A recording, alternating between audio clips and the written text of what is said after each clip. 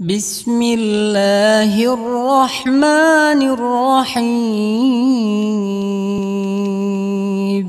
Alhamdulillahil karimir rahman, allamal Qur'an, khalaqal insana, allamahul bayan.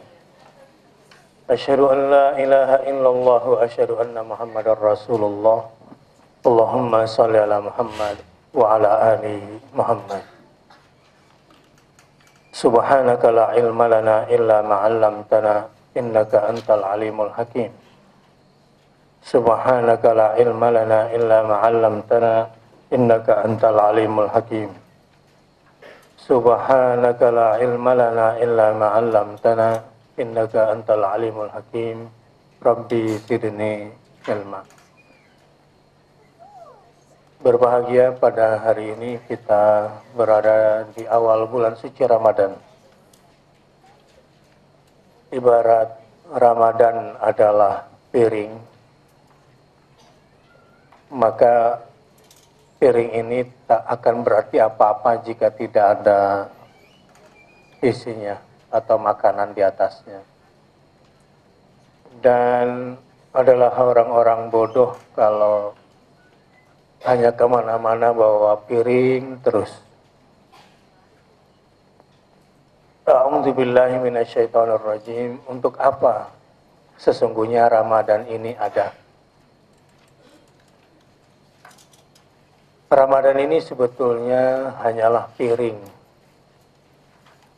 bagi sebuah sajian makanan menu yang paling penting buat manusia disajikan. Syahrul Ramadan alladzi unzila fihil Qur'an. Bulan Ramadan yang diturunkan padanya atau di dalamnya Al-Qur'an. Jadi kalau kita bertanya, sebetulnya untuk apa ada Ramadan? Untuk apa ada Ramadan? Untuk diturunkan di dalamnya Al-Quran. Syahrul Ramadan alladzi unzila fihil Quran. Ikuti saya. A'udzu billahi minasyaitonir rajim.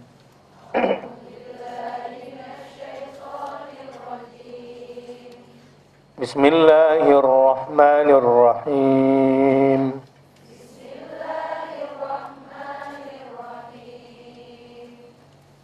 Syahrul Ramadan alladzi unzila fihil Qur'an.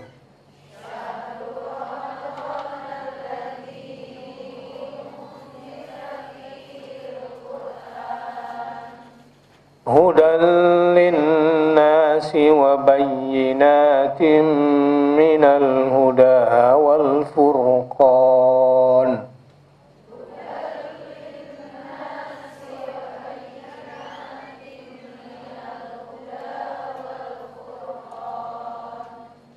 Faman syahida minkumus syahra falyasum.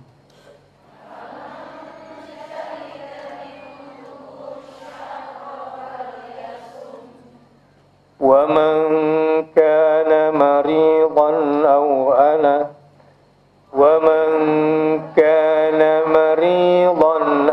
على سفر فعدة من أيام أخر يريد الله بكم اليسر ولا يريد بكم العسر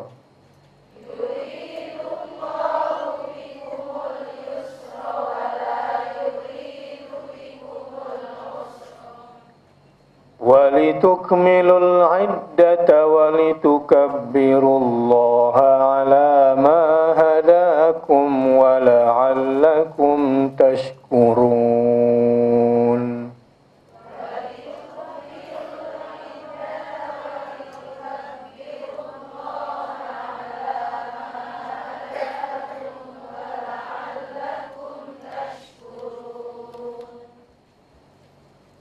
Dari sini kita bisa menjawab kenapa sejarahnya harus ada Ramadan.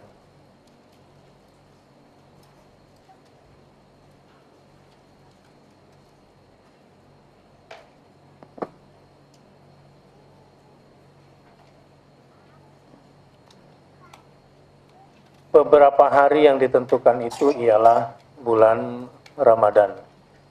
Jadi ini ada ayat sebelumnya tentang hari-hari bagi orang yang sakit, lalu dia harus membayar fidyah. Bulan Ramadan, bulan yang di dalamnya diturunkan Al-Quran. Syahrul Ramadan alladzi unzila fihil Quran.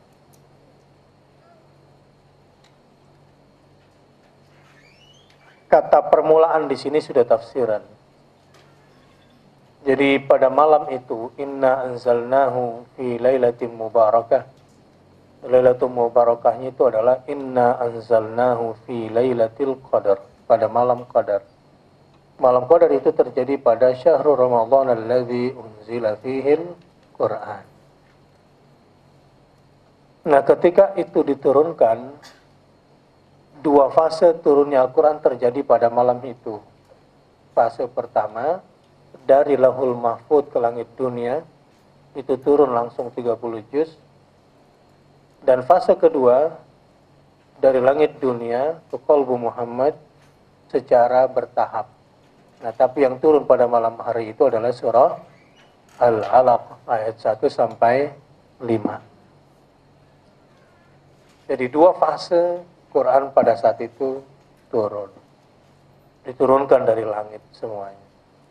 Nah, untuk turunnya sesuatu yang suci ini, kalamullah yang suci ini, dibutuhkan ruang waktu yang suci, tempat yang suci. Nah, dipilihlah Ramadan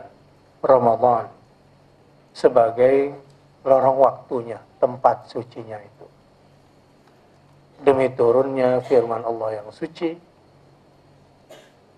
dengan perantaraan malaikat yang suci, Ar-Ruh atau Jibril, sebagai mediator penyampainya. Dari sini kita mendapatkan kesimpulan bahwa Ramadan itu ada karena akan diturunkan Al-Quran.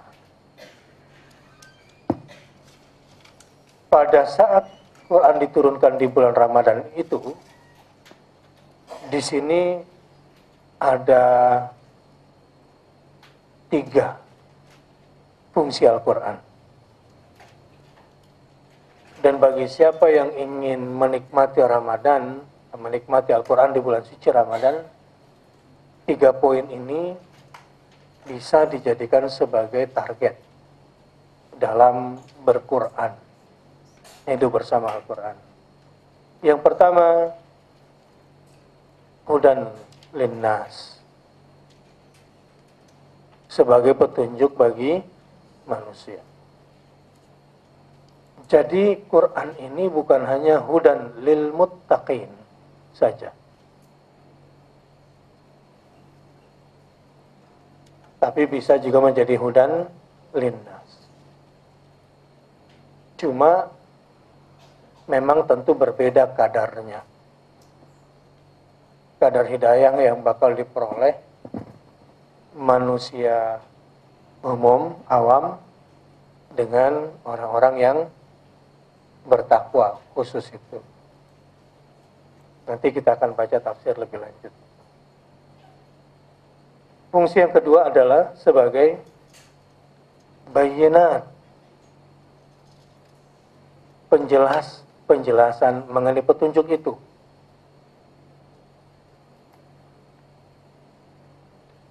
Jadi bukan cuma petunjuk secara makro, tetapi juga ada keterangan-keterangan detailnya. Bahkan sampai tata caranya. Bukan cuma keterangan, yang bersifat umum, tetapi juga ada tata caranya. Sehingga menjadi mudah bagi siapa saja yang ingin mendapatkan petunjuk Al-Quran.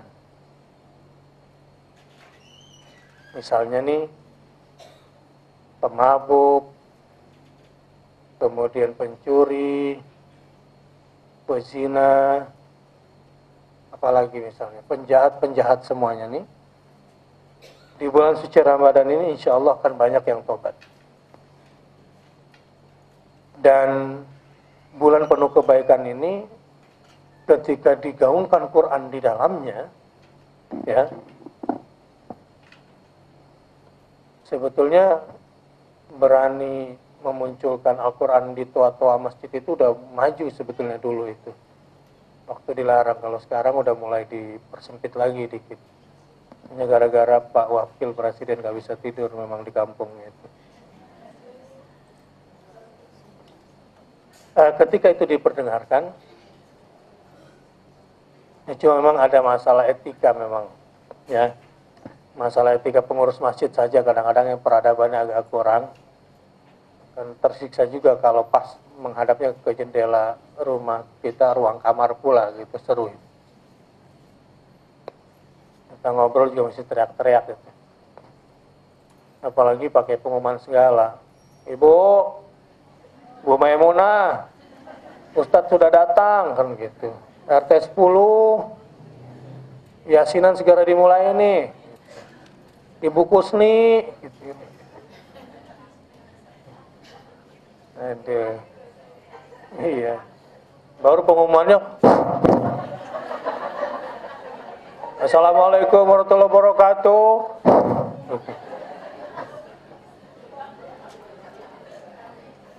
Iya.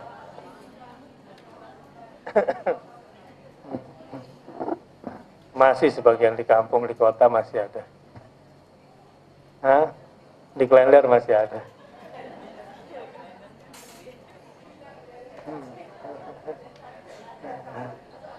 Baik.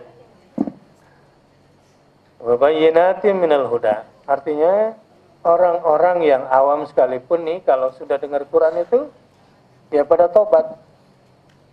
Dan ketika kita menjelaskan sesuatu yang simpel-simpel dari Al-Quran itu, misalnya mereka bertanya, Ustaz, saya kan lagi kotor, banyak dosa, Quran itu kan suci. Mereka kadang-kadang tidak tahu bagaimana berinteraksi dengan Quran. Justru kalau kamu lagi kotor itu dicuci sama Quran. Tapi karena itu saya kotor, gimana nyucinya Ustaz? Ya kadang-kadang kita kasih contoh nih, gelas nih. Ya. Awalnya air putih. Kemudian kemasukan becek-becekan lumpur, ya. Kemasukan noda-noda hitam. Lalu kemudian airnya kotor nggak? Kotor. Kalau sedikit-sedikit diguyur pakai air putih lagi, diguyur lagi air putih lagi, diguyur air putih lagi, lama-lama, nah begitulah hati yang kotor dicuci oleh Al-Quran. Kalau lu tobat, ya, siram, jangan dimarahin lagi. Udah penuh noda airnya dimasak pula gitu ya sudah. Artinya dimarahin, lu sih, gitu. Tobat-tobat, ngampus loh. Gitu. Ya sudah, ibaratnya air bernoda itu langsung dimasak, gelegek, jadi tambah susah memperbaikinya itu. Ibarat pakaian, ya, kena noda, langsung setrika. Gimana Bu jadinya Bu? Lengket sudah, susah nyucinya. Jadi harusnya orang-orang beriman di bulan suci Ramadan ini menjadikan Quran hudan linnas. Itu kira-kira. Makanya tadi saya ngasih contoh, Ramadan tuh kayak piring. Di atasnya ada makanan. Pinter nggak kalau orang di bulan Ramadan ini cuma bawa piring terus, nggak memakan isi makanannya, padahal kan ini disiapkan supaya diisi makanan dan dinikmati. Begitulah orang yang tidak berquran di bulan suci Ramadan. Ya. Jadi nanti kalau ngomong sama pembantu jangan ribet-ribet tadaburnya, Ibu. Ya. Coba inti pesan ayat ini apa, Mbak? Waduh, pusing dia. Kasih sama mbak-mbak di dapur itu gambaran-gambaran, Mbak, ya. Sehingga ibu-ibu juga meringankan beban mereka. Kasih kesempatan mereka berdoa sebelum berbuka puasa. Kasih kesempatan kepada si mbak-mbak itu untuk tahajud juga, untuk tilawatul Quran juga. Bahkan saran saya naikin gajinya 2 kali lipat, ya, untuk kebaikan dia. Apalagi kalau nggak pulang kampung pas saat Lebaran, kasih 3 kali lipat sebagai bentuk sedekah. Ya, nanti pulangnya setelah Lebaran aja, daripada kamu kegencet-gencet. Ya. Nanti pas ibu liburan baru kamu pergi pulang kampung, kita libur sama-sama. Baik. Wa bayyinatin minal huda. Jadi fungsi kedua Al-Quran diturunkan bulan suci Ramadan apa? Sebagai penjelas. Itu tadi saya menjelaskan Quran sebagai syifa, ya. Yang ketiga, wal furqan, dan menjadi pembeda antara yang hak dan yang batil. Nah, disinilah 3 fungsi Al-Quran. Sekarang saya coba bacakan tafsirnya dulu. Di surah Al-Baqarah ayat 185.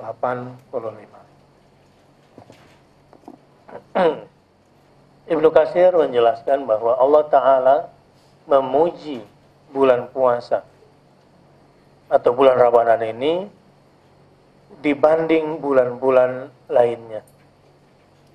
Apa kelebihan bulan Ramadan ini? Dipilihnya dia di antara bulan-bulan yang lain untuk diturunkan di dalamnya Al-Quranul Azim.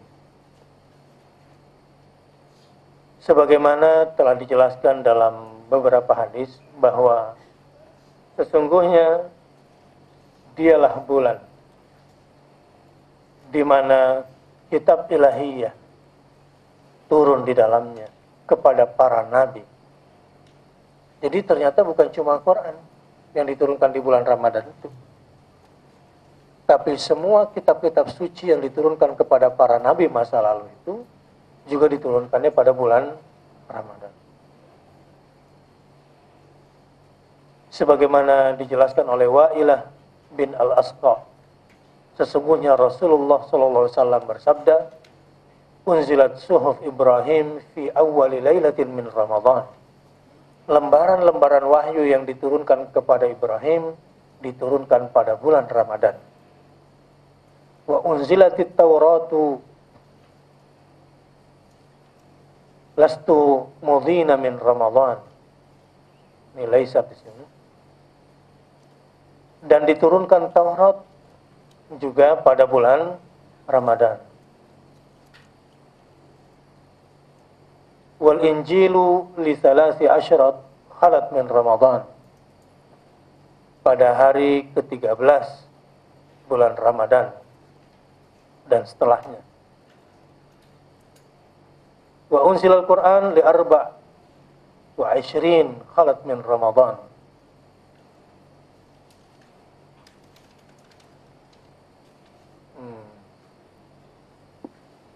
Sementara Al-Quran diturunkan pada Arba' wa 20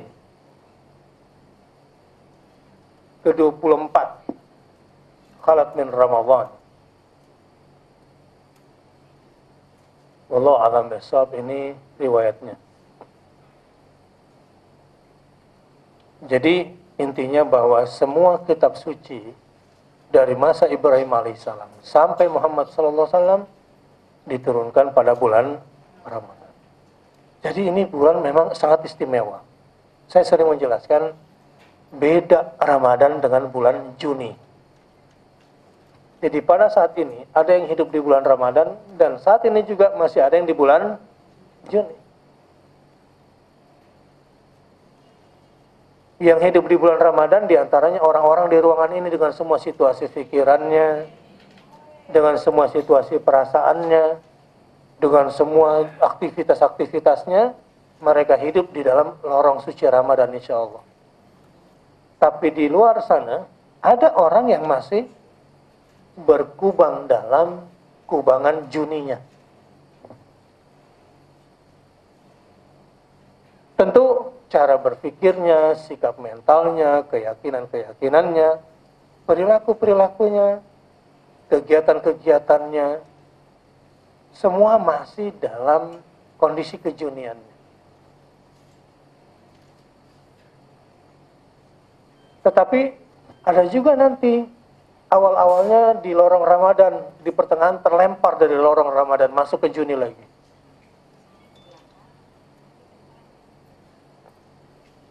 Kita tidak berada pada epicentrum kesucian waktu yang bisa melesatkan kita untuk mendapatkan malam 1000 bulan. Saya belum tahu bagaimana penjelasan secara saintifik. Tetapi di dalam lorong suci Ramadan itu sepertinya ada sebuah lorong waktu lagi yang bisa melesatkan orang-orang pada saat itu untuk melampaui usianya dalam berbuatnya. Dia bisa berbuat pada satu masa, pada satu waktu, tapi bobot nilainya itu 1000 bulan. Berapa tahun? Berapa? 83 tahun lah kira-kira. Sebagaimana Rasulullah SAW, kenapa dimi'rajkan dan diisra'kan? Isra' perjalanannya malam hari dari Masjidil Haram ke Masjidil, sepertinya ada bentangan kanal. Sepertinya ada sebuah gelombang frekuensi di situ. Ada gelombang, ada channeling. Mungkin kalau orang sekarang sepertinya ada lorong waktu. Bisa berjalan dalam satu malam dari Masjidil Haram ke Masjidil. Tapi yang dahsyat pada malam itu juga, sepertinya di situ ada sebuah pusat waktu yang bisa melesatkan Muhammad SAW sampai ke langit, menembus 7 lapis langit itu. Satu saat teknologi itu akan terungkap. Bayangkan kalau Nabi Muhammad bisa membawa informasi langit dalam satu malam, saat ini kita bisa nggak mendapatkan informasi dari Mekah langsung? Bisa. Live.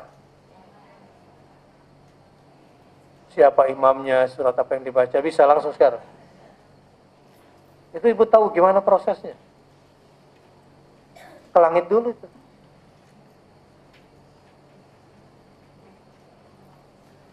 Ya. Teknologi satelit kita itu ketika kita pancarkan dari Indonesia nih, itu menembusi atmosfer, masuk ke ionosfer. Di ionosfer itu gelombang suara dikembalikan ke bumi lagi. Dikembalikan ke bumi lagi dari ionosfer itu. Sehingga ketika gelombang ini dimanfaatkan, maka terjadilah percepatan informasi. Karenanya aneh nggak informasi Rasulullah itu? Ya kalau ibu-ibu 20-30 tahun yang lalu menunggu orang pulang dari haji dengan harap-harap cemas masih hidup atau tidak, kadang-kadang cepetan orangnya daripada suratnya. Orang dulu kalau ngirim surat ke Mekah itu berapa hari sampainya? Jangan di zaman saya, kalau zaman kuliah saya masih cepat lah. Tahun saya masih ingat kuliah di Madinah tahun 90. Iya, tahun 90. Saya masih dapat kartu pos. Gitu kan? Masih di pesantren, masih pakai wesel. Nah, kalau zaman-zaman Bu Erni, dulu waktu Bu Erni masih gadis, masih cakep, waktu masih ditaksir, waktu di UI dulu, waktu ditaksir sama yang sekarang di UI dulu gitu kira-kira. Tambah muda, tambah seger kelihatannya. Ya.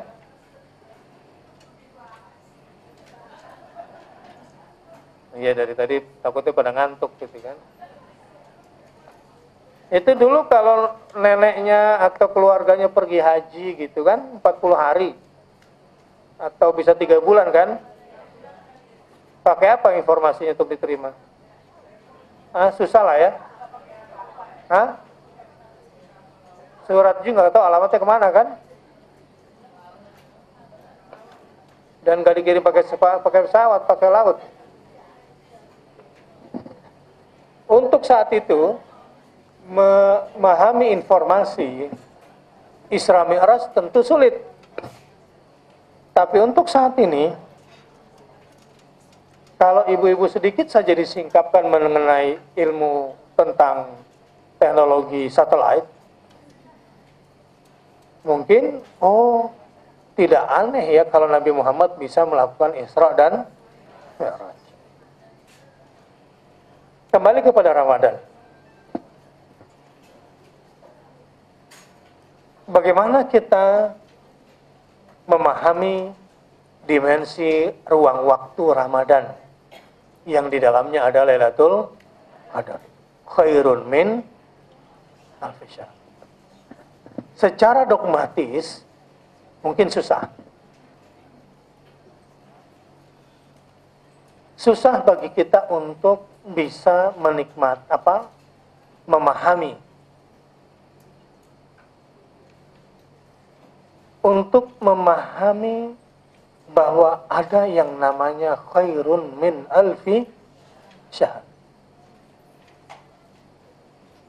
Ibu-ibu sekalian, satu harinya akhirat berapa tahunnya dunia? 1000 tahun. Satu harinya dunia, akhirat, satu harinya akhirat 1000 tahun dunia. Berarti kalau umur kita katakanlah 100 tahun, berarti berapa jam hitungan akhirat? Ya mungkin 1 jam lebih sedikit. Ya. Saya lupa hitungannya kemarin tuh, sempat ngitung itu. Jadi betapa singkatnya sebetulnya lorong waktu kita ini. Sebentar ini. Jadi ibu-ibu sekalian jadi mengingatkan pada kematian. Kita bisa meninggal setiap saat. Dan apa yang terjadi ketika kita nih meninggal tiba-tiba nih, nggak pakai rencana meninggal, semua pasti tiba-tiba. Bagaimana dengan amal kita ke depan?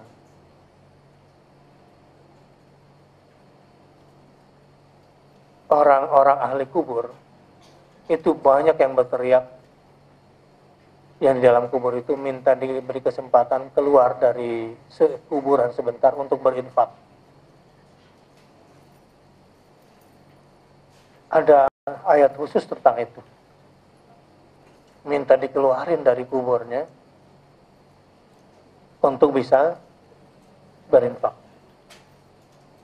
Karena dia nggak sempat ngurus tanahnya, ngurusin rumahnya, nggak sempat ngurusin semua aset-asetnya itu. Ternyata itu jadi beban di dalam kuburnya. Boleh nggak kalau keluar lagi untuk kemudian mau berinfak seperti orang-orang yang cerdas dalam menjalani hidup itu? bagaimana perhiasannya, bagaimana mobilnya, bagaimana depositonya, bagaimana tabungannya. Itu akan jadi beban bagi dia, dan dia sayangnya sudah tidak bisa keluar lagi dari dalam kubur. Sekarang ternyata dalam kubur itu ada lorong waktunya sendiri yang kita tidak bisa kembali lagi. Di dunia ini ya kita masih bisa punya kesempatan untuk merubah diri di waktu yang sempit ini, yang 1000 tahunnya hanya serupa dengan sehari akhirat saja. Nah, jangan sampai kita menyia-nyiakan ada lorong waktu Ramadan yang di dalamnya satu kebaikan bernilai 1000 bulan. Oke, satu kebaikan bernilai, bagaimana kalau banyak kebaikan yang kita lakukan pada malam hari itu? Dan tentu kita harus memilih agar yang dilipatkan ini bukanlah pekerjaan-pekerjaan yang murah.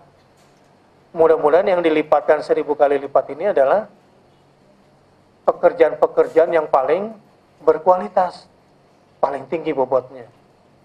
Itulah makanya Rasulullah SAW di bulan Ramadan ini digambarkan, ya, digambarkan Rasulullah SAW pada bulan Ramadan ini itu betul-betul membaca Quran siang dan malam. Dan hebatnya, Rasulullah SAW tidak seperti kita, betul-betul baca Quran, lupa berbuat kebaikan. Betul-betul tahajud, tidak bisa mengendalikan kebaikan di luar tahajudnya. Yang i'tikaf betul-betul ngumpet di masjid dan gak bermanfaat bagi orang lain. Rasulullah SAW dan para sahabat kana ajwadu bil khairi minar rihil mursalah. Melakukan kebaikannya itu lebih cepat daripada hembusan angin yang kencang. Karena Rasulullah tahu sekarang berada di momentum yang paling berbobot. Rasulullah berada dalam situasi yang paling genting suasananya. Bagi siapa yang ingin berbuat kebaikan, ini kesempatan yang mahal sekali. Jangan sampai kita seperti penduduk kuburan yang teriak-teriak ingin bisa keluar dari kubur agar bisa berbuat baik, agar bisa beramal soleh. Jangan sampai seperti itu. Nah, mudah-mudahan ibu-ibu semua di sini terbuka hatinya, mendapatkan hidayah untuk bisa kana ajwadu bil khairi minar rihil mursalah. Berani melakukan kebaikan lebih kencang daripada angin yang berhembus. Saya kasih tahu kan minggu lalu, ya Mbok kalau mau silaturahim ke tempat kakak, ke tempat adik, kalau memang ada uang nih di dompet, masih ada di ATM gitu, janganlah tangan kosong. Mau ke rumah ponakan, sepupu, kemudian paman dan bibi, apalagi yang agak kurang mampu, bawalah sekarung beras plus sardensnya sama minyak gorengnya. Kalau perlu bawain juga tehnya, ayamnya. Berikan dia kebahagiaan. Lakukan itu karena Allah Subhanahu wa ta'ala. Lakukan semua karena Allah Azza wa Jalla. Berikan juga uangnya. Pokoknya lakukan itu, nggak usah berpikir karena dia. Tapi kita yang memang ingin berbuat baik. Tidak ada hubungannya Ramadan sama mudik, nggak ada hubungannya.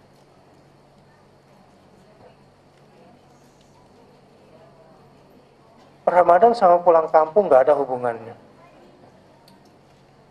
Pada awalnya nggak ada. Kamu yang terjebak cara berpikirmu. Cara berpikirmu yang terjebak. Saya bukan melarang, nanti tetap lakukan mudik silahkan. Tapi jangan terjebak seperti umumnya orang yang pelit bersedekah. Hari ini urusannya materi terus. Lupa pada sekeliling yang dekat di depan mata. Waktu perjalanan menuju pulang kampung juga dengan semua prosesnya. Akhirnya kehilangan momentum. Gak ada hubungannya. Secara syariat tidak ada hubungannya. Mana ada fikih Ramadan sama mudik, hubungannya gak ada. Kita yang terjebak.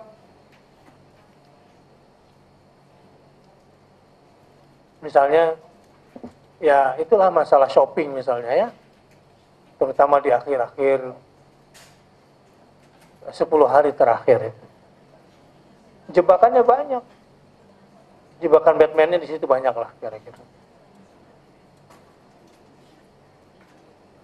Pembagian waktunya. Jadi kalau kita bagi waktu, misalnya malam hari ini bulan Ramadan kita bagi waktu.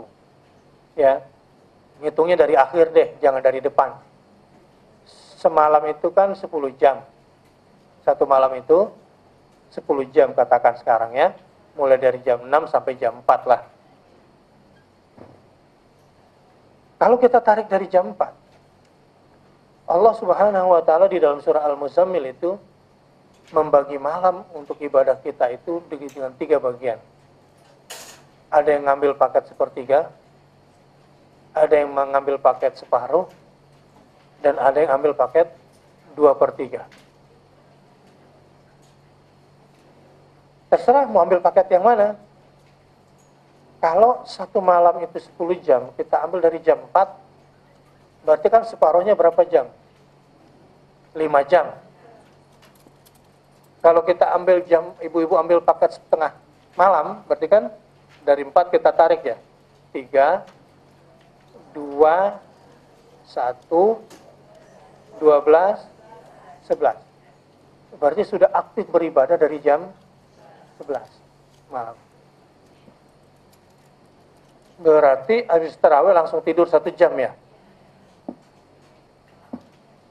Setelah itu on. Dari jam 4 istirahat sekarang 15 menit atau setengah jam maksimal. Sebelum subuh. Berarti udah makan sahur tuh. Udah makan sahur. Ya, Rasulullah biasanya itu mengambil 1/6 waktu. Nabi Daud juga gitu, 1/6 waktu setelah sholat malam dan baca Quran. Sebelum sholat subuh. Supaya sholat subuhnya segar dan tetap hidup lagi sampai matahari terbit. Sholat sunnah isyraq. Anak-anak harus diajak seperti itu oleh orang tuanya di masjid. Yang laki-laki diajarkan seperti itu. Kalau bisa sekeluarga akan lebih bagus. Kalau enggak, biarkan anak-anaknya sama bapaknya. Jadi, standby di masjid. Kalau bapaknya lagi ke laut, ya emaknya yang kawal. Ya. Kalau bapaknya ke laut, emaknya yang kawal ke masjid. Nah, bukan ini belum i'tikaf. Belum, ini sholat subuh. Jadi yang ibu lakukan tadi itu di rumah saja. Nah, giliran sholat subuhnya, setelah 1/6 tidur, sholat subuh dong.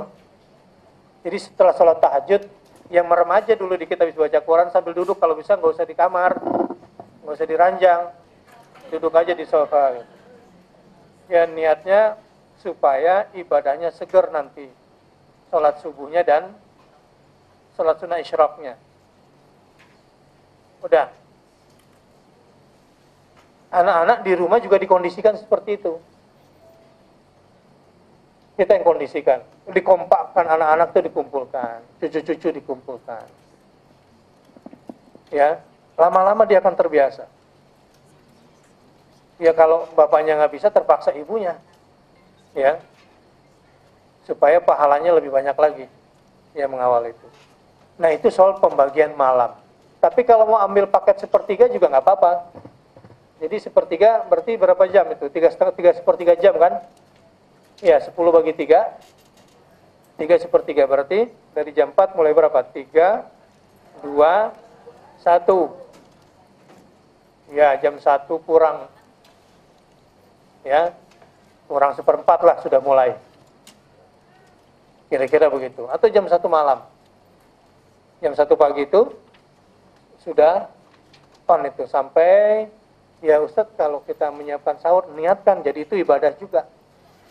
Jadi ketika ibu lagi memasak atau menghangatkan tapi terus mengulang hafalannya, ya, yang ringan-ringan aja, takutnya gosong. Jangan, jadi yang ibu ulang, yang dihafal, misalnya baca surah Al-Ikhlas 10 kali, surah Al-Ikhlas 20 kali, boleh. Ya, pokoknya karena perintahnya begini. Perintahnya faqra'u ma tayassara minal Qur'an.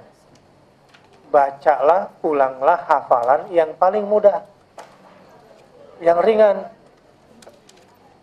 Ya. Hafalan yang ringan. Khawatirnya kalau disuruh ngulang 261 sampai 270. Masalul ladzina yunfiquna amwalahum.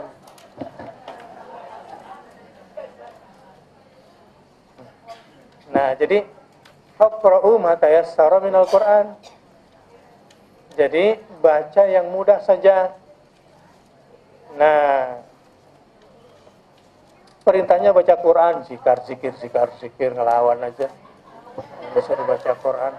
Warattilil Qur'ana tartila. Ya, atau sepertiga akhir malam boleh digunakan istighfar. Ya, istighfar. Pokoknya jangan kehilangan momentum pada saat itu. Ini untuk ibadah-ibadah penting di malam itu. Ya, nggak usah lagi buka BBM lagi, WhatsApp lagi. Tutup. Udah, close. Mau dunia kiamat, kiamatlah sudah. Tutup. Ya. Mau marah, marahlah sudah. Yang penting sekarang waktunya saya berhadapan dengan Allah. Justru ketika kita berbuat baik, membangun hubungan baik kepada Allah, maka Allah akan baikkan hubungan kita kepada semua makhluk. Urusan serepot apapun, kalau saya sih masih mengandalkan yang 33 sebelum tidur. Walaupun sebelum tidur diajak ngobrol sama anak saya, tapi tangan saya tetap aja berzikir. Subhanallah, subhanallah, subhanallah. Anak saya cerita lagi, tadi di sekolah ada temanku begini. Oh gitu ya, terus saya cerita. Tetapi dalam saat yang sama, dia didengarkan ceritanya, kita tahu dunia dia.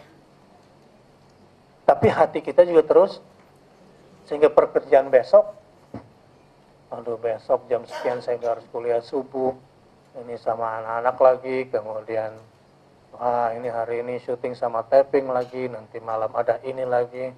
Sementara pekerjaan, bagaimana nasib Senayan, Gelora Bung Karno atau Istiqlal untuk 100.000 orang jamaah, bagaimana semua program yang ada, andalan saya cuma subhanallah, subhanallah, subhanallah, alhamdulillah, alhamdulillah. Untuk beberapa pekerjaan yang membutuhkan full power, saya andalkan satu surat untuk saya baca sebelum tidur. Yang diamalkan bisa 3 kali surat itu saya baca, bisa 10 kali. Apa itu? Tabarakalladzi biyadihal mulk wa huwa ala kulli syai'in qadir. Baca aja 10 kali. Itu udah bisa dilakukan sejak pulang ajar itu. Di mobil, sandar, pejamkan mata, terus membaca itu. Nah, itulah pekerjaan-pekerjaan malam yang harusnya kita kerjakan di bulan suci Ramadan. Siang harinya, Ibu, ya, supaya kita nggak kehilangan momentum nih, pilih perbuatan-perbuatan yang baik. Jangan kehilangan salat sunnah isyraq. Tentu sholat subuh wajibnya. Jangan kehilangan sholat duhanya. Jangan kehilangan minimal 4 rakaat seperti Rasulullah SAW. Kemudian jangan pernah berhenti membaca Qur'annya, kecuali ya memang tidak bisa baca. Apakah sedang ngobrol, apakah sedang menghadapi satu pekerjaan, tetapi di kesempatan di mana Al-Quran bisa diulang, walaupun yang bisa dibaca cuma Qul huwallahu ahad, Allahus samad, lam yalid wa lam yulad, wa lam yakul lahu kufuwan ahad. Baca itu yang banyak. Faqra'u ma tayassara minal Qur'an. Jangan sampai bengong. Bismillahirrahmanirrahim. Lam yakunil ladzina kafaru min ahlil kitabi wal musyrikina munfakkina hatta ta'tiyahumul bayyinah. Rasulun minallahi yatlu suhufan mutahharah fiha kutubun qayyimah. وَمَا تَفَرَّقَ الَّذِينَ أُوتُوا الْكِتَابَ إِلَّا مِنْ بَعْدِ مَا جَاءَتْهُمُ الْبَيِّنَةُ وَمَا أُمِرُوا إِلَّا لِيَعْبُدُوا اللَّهَ مُخْلِصِينَ لَهُ الدِّينَ حُنَفَاءَ وَيُقِيمُوا الصَّلَاةَ وَيُؤْتُوا الزَّكَاةَ وَذَلِكَ دِينُ الْقَيِّمَةِ إِنَّ الَّذِينَ كَفَرُوا مِنْ أَهْلِ الْكِتَابِ وَالْمُشْرِكِينَ فِي نَارِ جَهَنَّمَ خَالِدِينَ فِيهَا أُولَئِكَ هُمْ شَرُّ الْبَرِيَّةِ إِنَّ الَّذِينَ آمَنُوا وَعَمِلُوا الصَّالِحَاتِ أُولَئِكَ هُمْ خَيْرُ الْبَرِيَّةِ جَزَاؤُهُمْ عِندَ رَبِّهِمْ جَنَّاتُ عَدْنٍ تَجْرِي مِنْ تَحْتِهَا الْأَنْهَارُ خَالِدِينَ فِيهَا أَبَدًا radhiyallahu anhum wa radu an dzalika liman khasyiya rabbah. Itu kan bisa jadi senandung yang nikmat. Jadi sambil masak, sambil menghangatkan sesuatu, sambil menikmati duduk di taman gitu ya, terus baca Quran. Selanjutnya ya, kadang-kadang saya pulang sholat itu suka duduk di kursi goyang depan rumah yang saya pasang sendiri, ngeliatin ayam dan perilakunya. Cuma bilang kur datang semua gitu lempar. Ya, kadang-kadang hidup perlu selingan yang nikmat. Nah, setelah itu jangan lupa untuk berbuat baik. Maafkan orang yang pernah menjengkelkan. Saya tiba-tiba dikirimkan SMS oleh teman lama. Assalamualaikum akhi, apa kabar? Rupanya dia punya perasaan yang lain terhadap saya, sementara saya tidak punya perasaan apapun. Dia pernah telat bayar utang. Ya, rupanya bagi dia, karena padahal saya nggak punya pikiran apa-apa, ya, dia bisnis kemudian bermasalah, janjinya cuma 3 bulan sampai molor 2 tahun lunas, tapi buat saya itu nggak ada masalah. Rupanya selama ini dia nggak menghubungi saya itu karena malu. Saya bersyukur sekali ketika dihubungi. Lalu saya bilang, sejak kita kenal kita adalah ikhwah fillah, saudara karena Allah. Dan sampai hari ini hati saya juga tidak berubah, dan saya berharap sampai di surga kita adalah saudara karena Allah Subhanahu wa taala. Kenapa kita lakukan itu? Berharap agar orang yang juga mungkin pernah sakit hati oleh kita, mudah-mudahan juga dilapangkan hatinya. Ya, kita juga mudah meminta maaf kepada orang lain. Terutama jiwa-jiwa yang kikir. Ya. Jiwa-jiwa yang kikir ini begini. Ayat tentang istri yang pelit memaafkan suami. Kan sudah kita bahas tuh. Ya. Wa uhdiratil anfusus syuhha. Ibu, ini demi Allah. Ya. Ini demi Allah ini terjadi. Datang keluarga jauh dari pihak sebelah. Yang satu ngaku sudah berzina dengan perempuan lain. Di hadapan istrinya dia mengaku.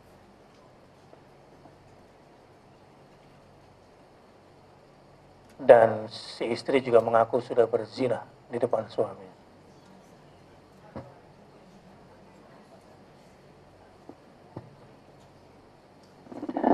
Kalau kita kurang-kurang sabar menghadapinya, saya tanya dulu, kalian berdua mau saling memaafkan nggak? Kalian berdua ingin selesai di sini atau ingin lanjut? Singkat cerita, ya, karena mau memulainya dari awal lagi, itu hak prerogatif dia. Kalau ini dua orang ini mau cerai, saya putuskan hari itu. Kalau memang mau memaafkan, lanjutlah. Hanya dalam tempo 6 bulan berubah ekonominya. Padahal kedua-duanya melakukan penyelewengan itu karena faktor ekonomi. Tapi kelebihannya dua orang ini mau memaafkan. Yang kasusnya yang satu lagi, suaminya yang sudah nyeleweng, istrinya tidak. Tapi istrinya memang menikahi dia dengan semua resikonya dari awal. Istrinya sangat soleha. Tapi karena mau memaafkan, itu berubah suasana keluarganya menjadi baik. Baik sekali. Keluarga pertama yang berantakan itu, karena mau saling memaafkan dengan izin Allah, datang di ruang tamu, kita ngobrol dan nangis dua-duanya dan mau memaafkan. Memang cuma Allah sih yang bisa cabut rasa kikir memaafkan itu.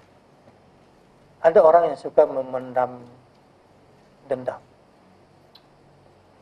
selalu mengungkit luka masa lalu. Yang begini biasanya rumah tangganya Mbak api dalam sekam.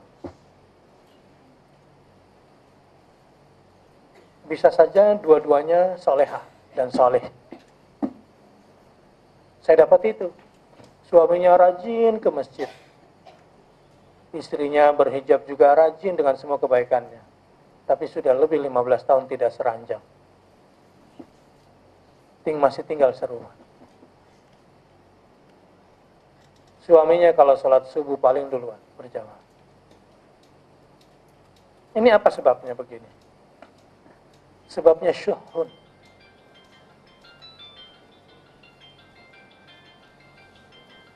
Kikir memaafkan sehingga tidak bisa islah yang sesungguhnya. Islahnya itu perbaikannya oke, gitu, tapi belum plong.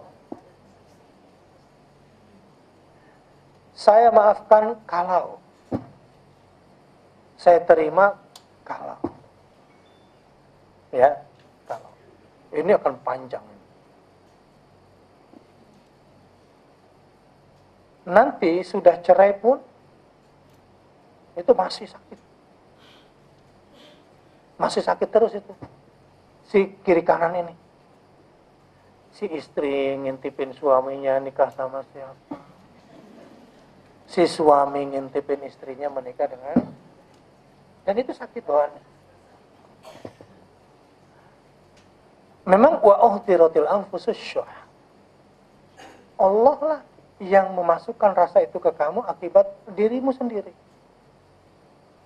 Tapi Allah juga yang bisa mengangkat dari kamu. Wa may yuqa syuhha nafsihi fa ulaika humul muflihun. Barang siapa yang diangkat dari jiwanya rasa kikirnya, maka dialah orang yang paling beruntung. Ya. Tapi selama kita belum berani memaafkan, belum punya rasa dermawan untuk memaafkan, dan belum berani, belum bisa menerima takdir Allah terhadap pasangan, ya. Selama kita belum bisa menerima takdir itu, dan ini ketetapan Allah yang harus kita terima, selama itu pula kita akan lelah. Sakitnya itu di mana-mana. Ya. Kenapa saya bilang di mana-mana? Ya, karena kamu sudah menikah sama orang lain, terserah, silakan hidup. Pokoknya aku mau jalan-jalan seumur hidupku. Umrohnya tiap bulan. Keliling Eropanya 3 kali setahun. Keliling Amerikanya. Wallah, ini saya melihat di depan mata saya. Di mana dia pergi, sakitnya di mana-mana. Ya karena dia harus menggunakan uang suaminya yang harus dihabisin. Daripada dipakai sama yang muda, mendingan dipakai sama yang tua.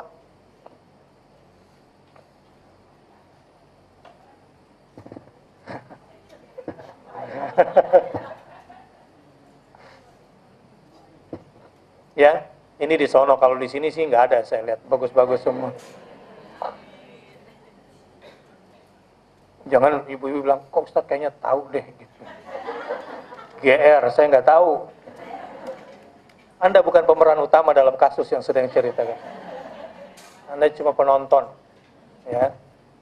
Jangan ngerasa Ustaz nih kayaknya ngerti, jangan-jangan ada yang lapor sama Ustaz. Enggak.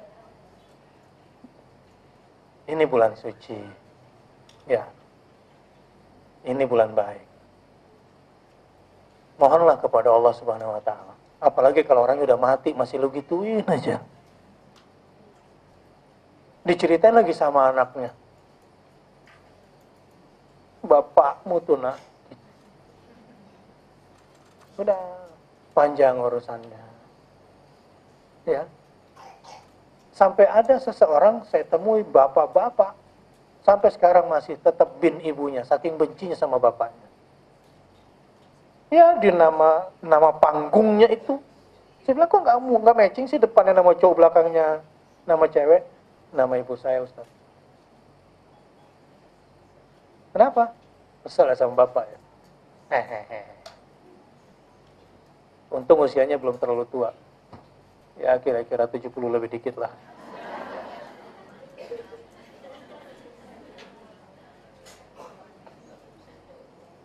Gimana coba kalau kayak begitu? Sudahlah.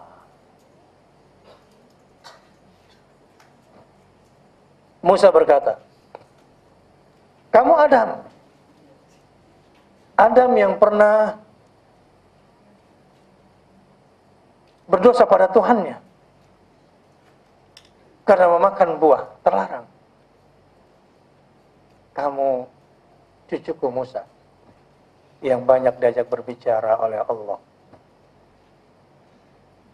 yang sudah tahu bahwa semua senario Allah, dan aku sudah diampunkan oleh Allah. Itu kata Adam kepada Musa. Kira-kira si temperamen ini jadi marah nggak? Ya. Jadi kalau ingin jadi orang-orang berbahagia pada bulan yang penuh bahagia ini, mohon deh sama Allah yang banyak lewat istighfar, agar diberikan kekuatan untuk bisa satu, ridho terhadap fakta yang sudah Allah berikan. Mau bilang apa?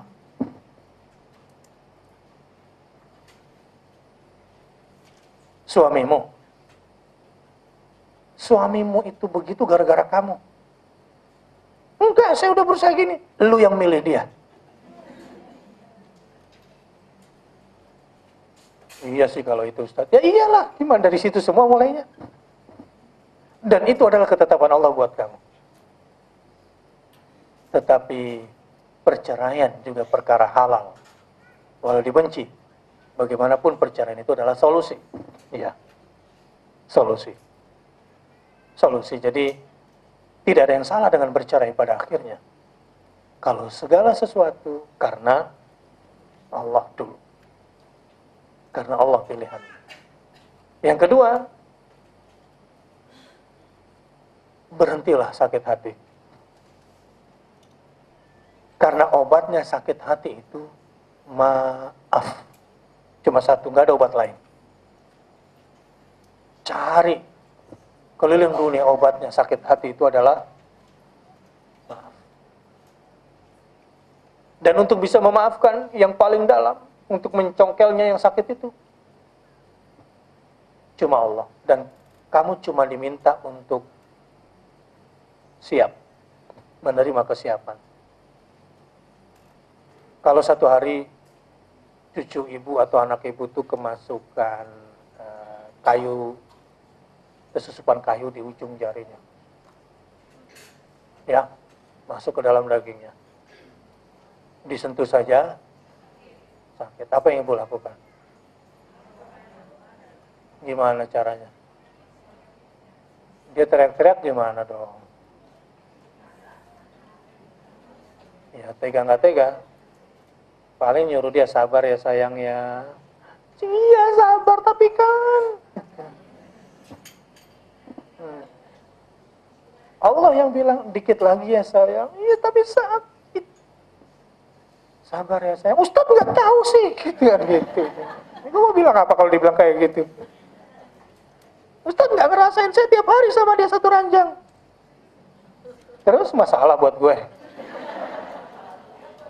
Urusan lu. Tapi jawabannya, maksudnya kalau disuruh sabar juga nggak mau, gimana dong? Ya udah pegangin, sumpel mulutnya itu sudah, tarik saja. Ya kebaikan-kebaikan Allah Subhanahu Wa Taala lewat berbagai cara itu memang harus kita hadapi, walau kadang menyakitkan.